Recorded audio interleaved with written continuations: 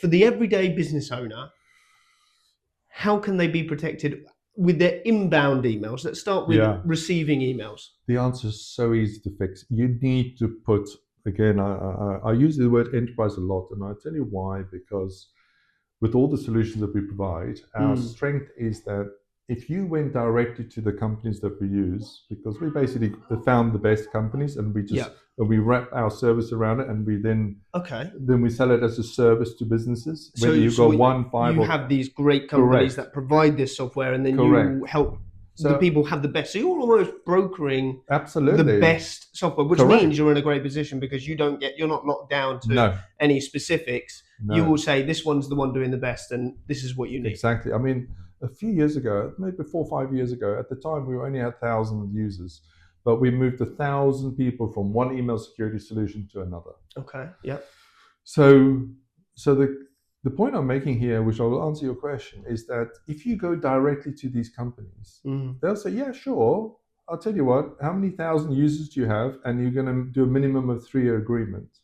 We'll do a single license on a 30-day running contract. So what we've made happen now, which I'm very proud of, is we've made it possible for the smallest business to have the same level of protection as Barclays, NASDAQ, Netflix, TGI Friday, Aston Martin. That's what we've done here. And I think that's unique. Okay. Yeah. Number one. The other thing is unique is that you can go onto our website now, place the order, and have it implemented by tomorrow, depending on the size of the company. Okay. Yeah. Coming back to your email question.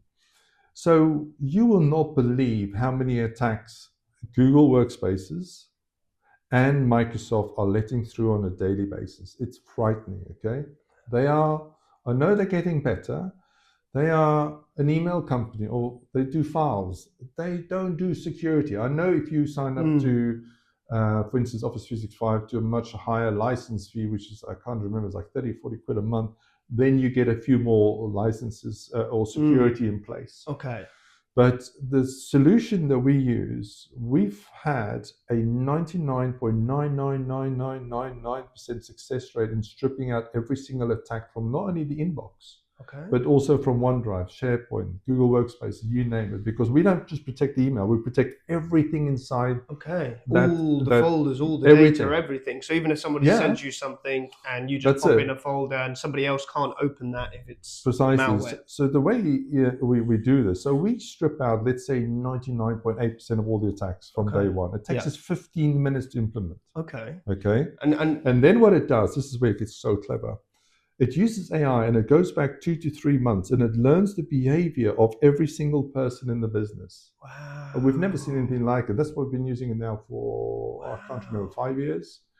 And then it goes forward. So as, the first 30, 60 days, it just gets better. Yeah. So it knows that Benjamin, this is the tone. This is how you send. This is people you send emails to. This is how you receive them. Yeah. So anything outside of that is a change in behavior. So coming back, so we strip out 99.8% of all attacks day one. Point 2 that's left. Yeah. You get an email from your best friend who runs a company, right? Yeah. Meantime, he's just been hacked. You don't know that. So the email comes in, we block the email. We'll send you an email, say, listen, Benjamin, your mate John, we've just blocked your email or his email. To you. You say, no, to you. Yeah. You say, please release the email. Because John, you've been busy with them for 30 years. Can I just say, I literally had this conversation with a friend just the other day. He has an accountant who's your trusted financial advisor.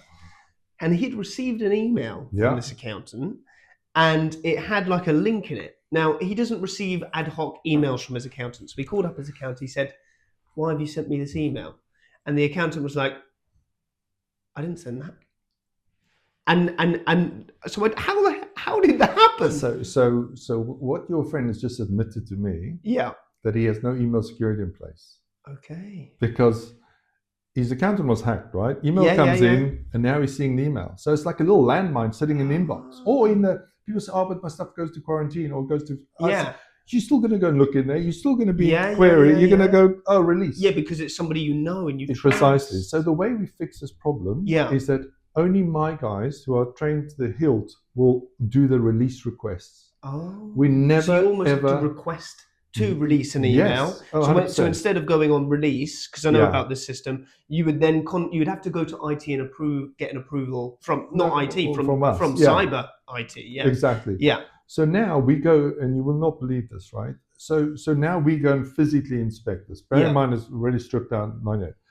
And if I tell you that 60% of all release requests at the moment per week are declined. So even on top of all AI, we're still declining 60% of release requests. And then we give people a reason. We write a paragraph and say, the reason why we declined your email is because we've gone 4 or 5 levels deep. We've checked this and this and this. And so, by the way, John has been hacked. Please refer us to John because he needs our services.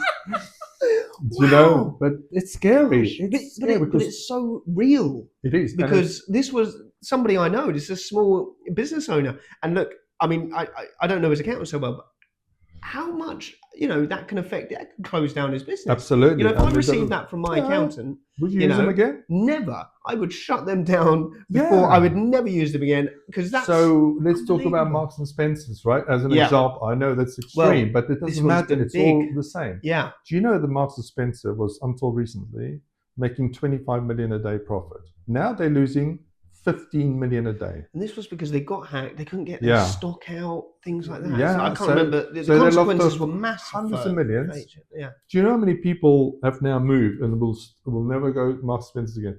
I'm going to do a prediction for you today. And that is that Marks and Spencer will go bust in the next 6 months because of this attack. Do you know? Wow. That's my prediction because, you can't sustain that many losses, that much reputational damage and survive. It's just, now for a smaller business, this is 10 times worse because not only can you not work potentially for a week or two, but your customers they're going to go somewhere else. Imagine you're a stationery company; they will not come back. You're done. Yeah. And this can all be prevented. Yeah. This is the point again I'm making.